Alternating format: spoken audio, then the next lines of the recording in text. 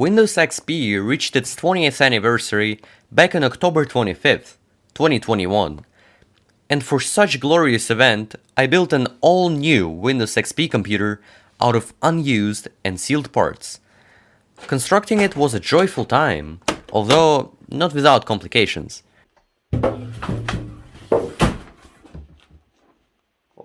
I strongly recommend you watch the first part of the series before proceeding with this video. It's an hour long, although every second of it is worthwhile. Trust me, it was a hell of a ride.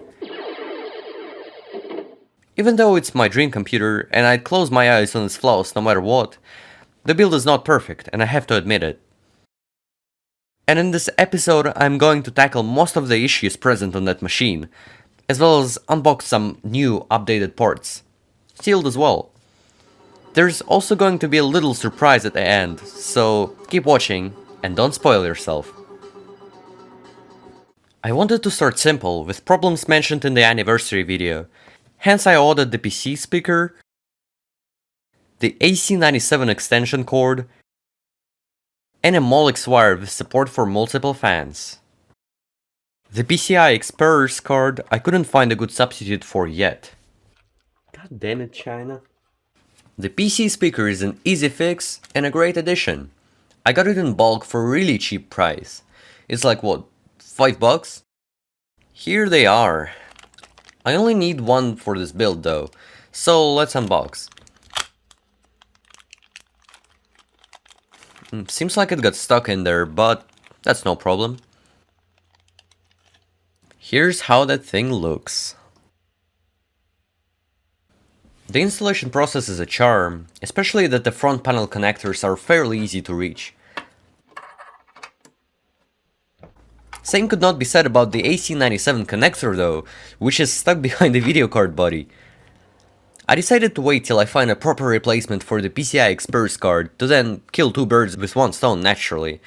That didn't happen back then yet, but the Molex extension wire arrived shortly after. It allows to connect up to 4 different fans at once. Although no monitoring, of course, since it's just a power cable that doesn't transfer data, it's not a problem to me. So I set it up and it worked perfect. I had to use another adapter which is SATA to Molex because Molex is still mostly the standard for cooling parts, and I've got no Molex output left in that PSU. The fan on the back, previously left out, was now engaged.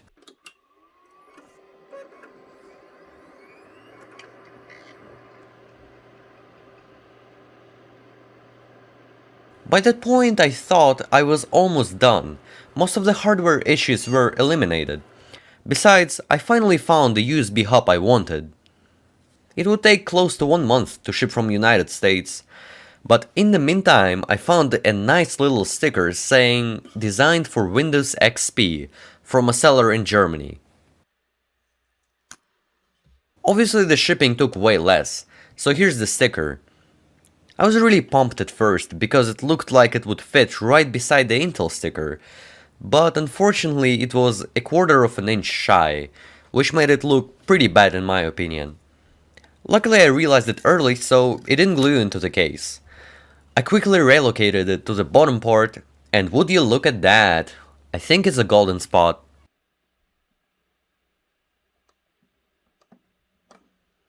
Here's the better recording. I was too lazy to take out the studio lights for that.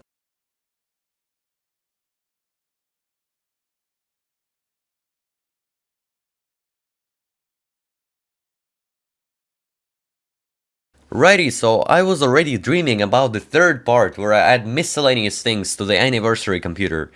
But as I was rewatching the initial video, don't ask why, I love rewatching my own videos at times, I found that the power light stopped working amid the building process.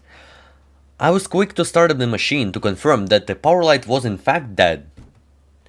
That was annoying because I was about to receive the USB hub package and call it a day with the hardware aspect of the Ultra XP. Well, the power light blew up, and this was unplanned, so I had to delay this episode until I didn't even know when. So everything fell apart like a card house rather quickly. So it's January by this point. I passed my uni exams, a huge, massive spring break. Awesome, that would be the time to upload, right? Nope. I had to order LED lights.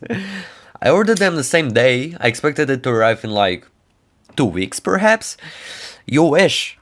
2 weeks after, the life hit me in the balls. And then the war started. And then the semester started under a COVID lockdown. It lasted a week, and only after that they arrived. After 2 months, on the 5th of March. I'm still pissed about it. But anyway, that's a 30-minute job, nothing serious, just a bit of soldering. Oh boy, if only you knew how difficult it is to film while soldering. In case you're wondering why I'm using a masking tape here, I don't have a wire installation and the nearest mom and pop Radio Shack is about 20 kilometers away from me. And it's time to test it out. Nice! Although it feels a little brighter than its hard drive counterpart, it still works well. The delay was always there. Also, while I was preparing to rearrange stuff in my room, I found that the camera had scratches on it, and for some reason it became dirty.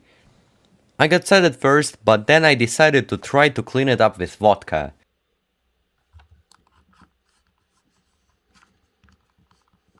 The cotton pad I used suddenly turned yellow, and it appeared to have collected some sticky gunk. I wasn't sure the cotton pad was effective enough, thus I went with my fingernail. Watch how easily it came off, although the ethanol in vodka slowly dissolving the sticky film from the bottom contributed, I'm fairly certain. I then leveled up to a toothbrush, and the gunk just started shooting around. I had to wipe the table afterwards. Finishing up with another cotton pad, and now that's looking much better. Even better than it was when I first unboxed it. It got some kind of a clean, glossy shine to it. Take a look. Finally, after a slight detour, it was about time to get rid of the PCI Express card and replace it with a period correct sealed part. Thanks China, you served me well. I found interesting, the new USB hub was manufactured by the same company that produced the case for the Ultra XP machine. And yes, I named the anniversary machine Ultra XP after that company. I don't know why it went out of business, they manufactured fairly affordable and high quality parts for the time they existed. At least in my view, all their products I purchased were good quality.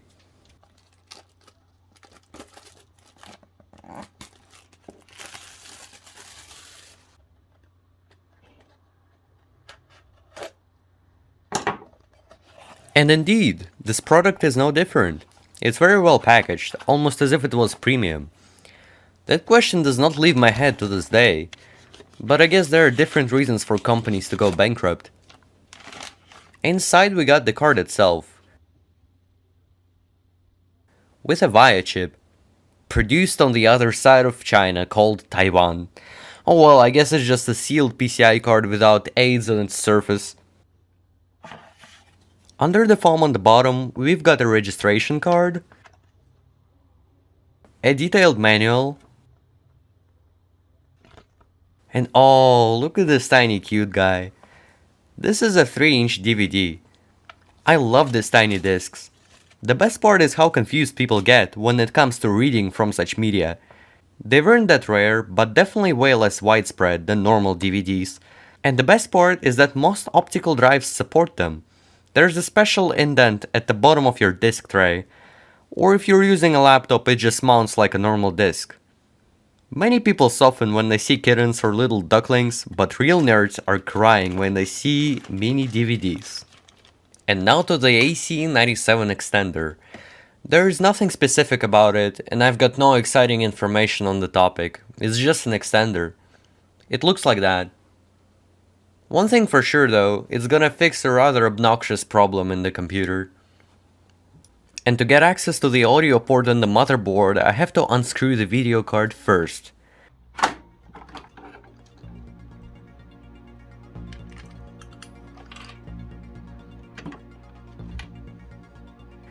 Here's the HD audio wire that doesn't have enough length.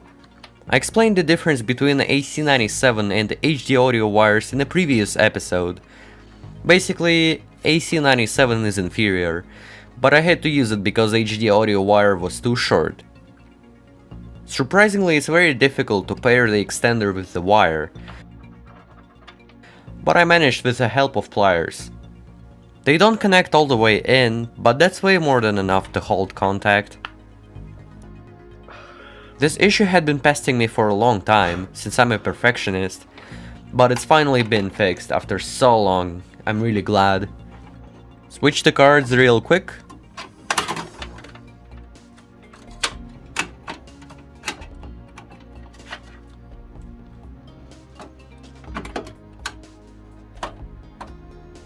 And plug the extender in.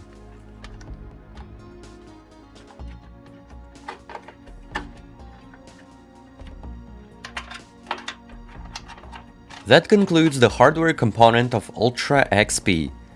All that's left is to screw in the video card and close the lid. As for the cable management, I think it's decent. I kept track of it since the beginning, and in my opinion, it did not get worse. The insides might look messy, but in reality, all vital sections are open and simple to reach, and that's all that matters. To my surprise, once the computer booted up, the drivers installed by themselves. That's the first such occurrence in its lifetime. Though it's a generic via USB hub and drivers automatically installed by Windows XP could suffice, I still took my time to discover the official DVD. At last, they didn't include it for no reason. I'll be honest with you, I just wanted to play with a tiny disc. However, not all included drivers are necessarily the best pick. I learned it best from several obnoxious software-related problems on the machine that I've been actively combating since I built the computer. The Ultra XP could be running perfectly fine offline for the past 9 months, granted, because I chose to install every driver from an included optical disc. That does indeed seem like a fail-safe option. Why would vendors include a disc that installs an incorrect, outdated driver? Wait, outdated? That's right. Some of the hardware in that machine is almost as old as Windows XP, meaning the disc that comes along with the box is almost the same age as Windows XP also.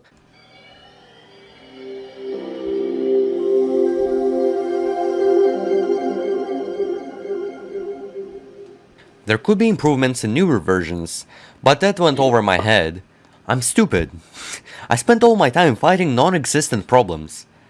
For instance, here's one of them. Half-Life 2 could not run on Ultra XP. It would always crash with the same error called D3D out of video memory, basically stating that the Direct 3D device that Half-Life 2 created used too many resources simultaneously. At times, it would crash on the startup sequence as well. It behaved weirdly in general. So why is that error a pile of trash? The thing is, Portal ran just fine. And considering Portal, first of all, is a newer game, it's more GPU intensive, it has the same startup sequence, and the same engine. Achieved with Source. And it's literally Half-Life 2 sugar-coated. It just worked. Half-Life 2 didn't.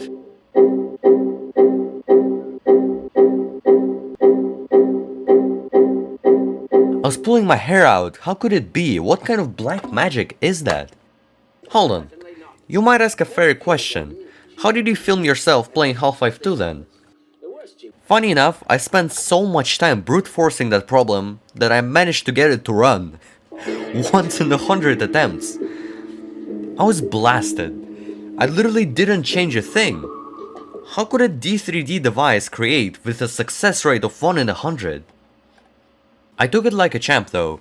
I created a script that would spam HL2-save, which would use the lowest rendering settings. That raised the success rate to about 1 in 20, and considering I had to film it once, it was a viable solution. That error became my arch nemesis over the span of 9 months, and it was the greatest enigma I always had in the back of my mind. That all changed within a snap once I decided to update video drivers. Officially there wasn't an update to the video card inside Ultra XP, but I just went full in, all or nothing. First I installed a WDM driver from ATI, which is an addition. That's not the main point.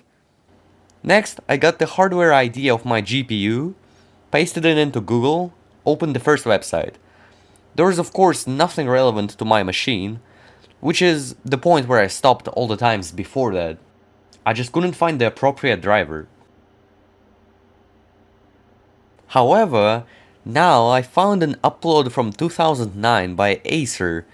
Of course, it isn't supposed to be installed on Ultra XP, it's not an OEM machine, but I've got nothing to lose, I'm fed up with this. I can always boot to safe mode in case something goes wrong anyway. Installation was successful, although it took a little bit longer than it should have.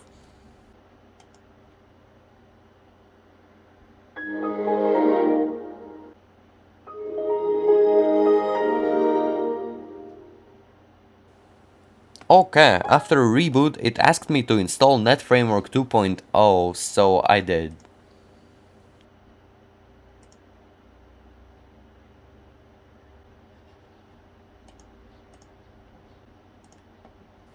Seems like the venture was worth it.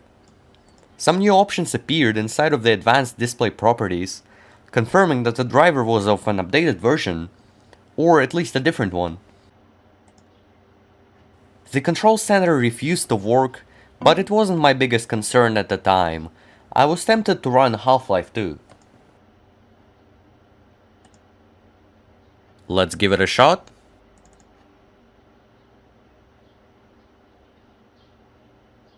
It is already looking way more promising than before.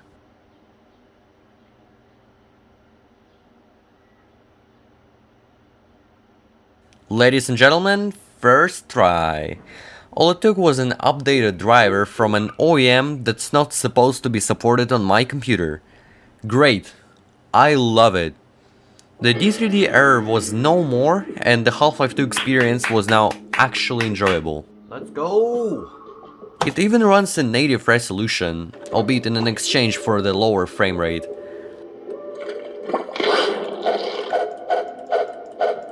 Well, I mean starts up. Running it was never an issue. Oh, and in case you wondered, the Catalyst control center fixed itself after reboot.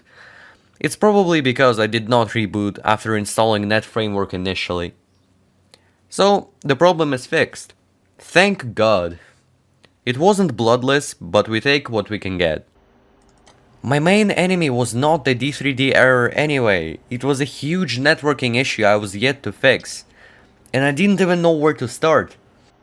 For reference, the wireless G PCI adapter inside Ultra XP just could not connect to my home network, or any network whatsoever. The only time I got it working was when I removed the password from my mobile hotspot. Of course, that was super annoying to do, and needed to be fixed as soon as possible. The temporary fix was simple. I just bought 2 random USB adapters in a tech shop when returning from uni. Judging by the box, they supported Windows XP, so I just plugged one of them in, installed drivers, and it worked fine. Still, it's temporary. Even though we all know there's no more permanent fix than a temporary one. First of all, I decided to roll the dice with drivers again. I actually went further in exploring the software possibilities online about networking more than anything. I went almost as far as calling the adapter dead, because I literally tried every driver online. I even tried mailing the customer support of Cisco. That's how desperate I was. For your information, their customer support was down. I'm not happy with their service. I'm by no means a networking expert, but I know a little bit, so I also gave the adapter a benefit of a doubt. I tried to assign a static IP address to the MAC of the adapter in router settings. You know, maybe the DHCP service is at fault in Windows XP. It did not work. And thus, I didn't know what to do or where to start at all. I was lost. So I just decided to Google the hardware ID again. And what's your guess? Yes, I repeated the same procedure over again. I first uninstalled the device and then updated the driver in the device manager. For some obscure reason, this operation also took twice as long. Lucky shot? Your guess is in. I'm connecting to the network.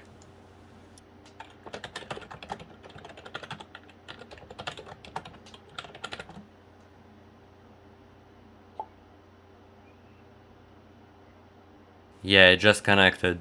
You saw it yourself. Took me a while to realize because I'm that used to network failures in this machine. The reaction to the first successful connection was pretty golden too. Watch. Apparently it was that easy. Oh my god, man. I was breaking my fucking head for 2 weeks at the beginning when I built this computer. How do you fix this? Apparently you just download the first link you find on Google, you install the driver, and that's it. Dude, you know, I'm pretty happy with this, but you know, it took me like 9 months. Yes, you heard correctly. I spent 2 weeks trying to figure out how to fix the wireless adapter to no avail. Just to give you a time frame to work with, this is a recording from July 15th. I built the computer back in August 2021. This is how painful the networking problem was on Ultra XP. Now that it's fixed, it's now was. Most likely you don't feel the happiness through my current emotionless speech, but it was a huge victory and a morale boost for me. What better way to celebrate is there than revisiting games that were crippled due to missing features? Let's check out Dangerous Dave, the game that requires a PC speaker that is now present, and the one I had to make up sound effects for.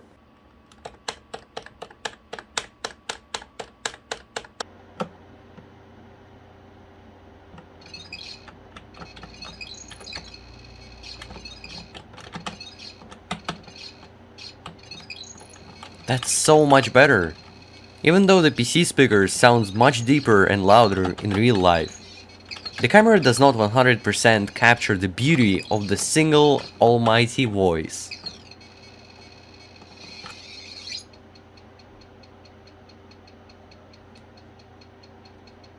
I also have more elaborate games that utilize PC speaker generally as a fallback, rather than useful output. One of them is Planet X3 by the 8-bit guy. If I just run it via NTVDM from a floppy, the only option I'll have is a PC speaker, because NTVDM does not emulate any sound cards by default.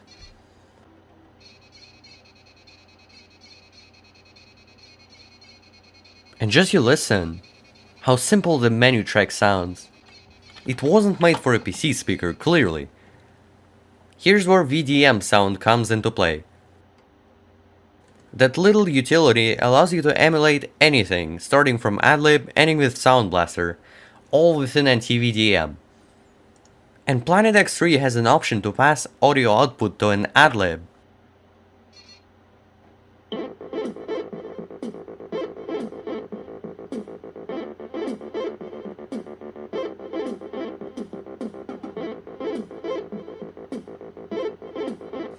Now that sounds far richer, doesn't it? At times you can feel the music track is slowed down by something, perhaps NTVDM inaccuracy or floppy drive limitations. But it's still marginally better than a PC speaker with its 9 voices, especially that the game uses the PC speaker for sound effects as an additional voice.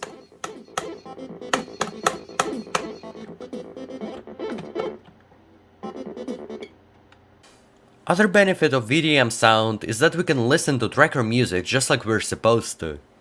I know I have Winamp installed and I know Winamp can play S3Ms. It's not just about playing music, we're here for a nostalgia ride. And so I present to you a generic DAWs tracker. Nope, it cannot play MP3s. It's all about earlier formats. Let's go ahead and listen to some tracker music.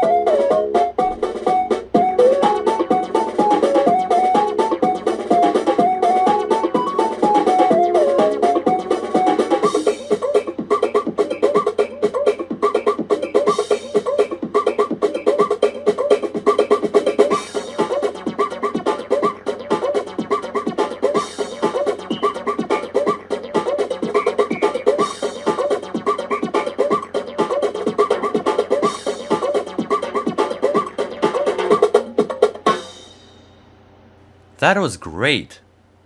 That's how it feels to listen to period correct music on a period correct Windows XP computer. Now that all the problems mentioned in a previous episode were fixed, I can't wait to film other types of content featuring this machine. So here's the surprise for you.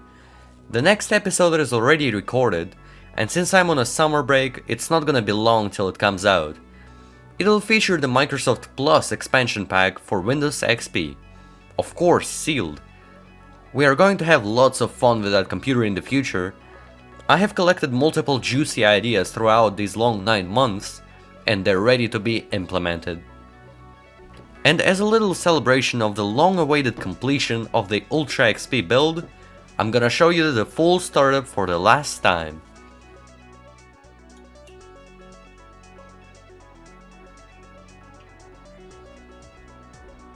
Thank you for watching this video and sticking around my channel for so long, during my ups and downs.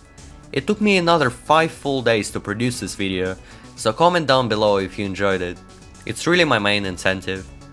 Subscribe for more content like this if you want to, and down below are the names of my channel members.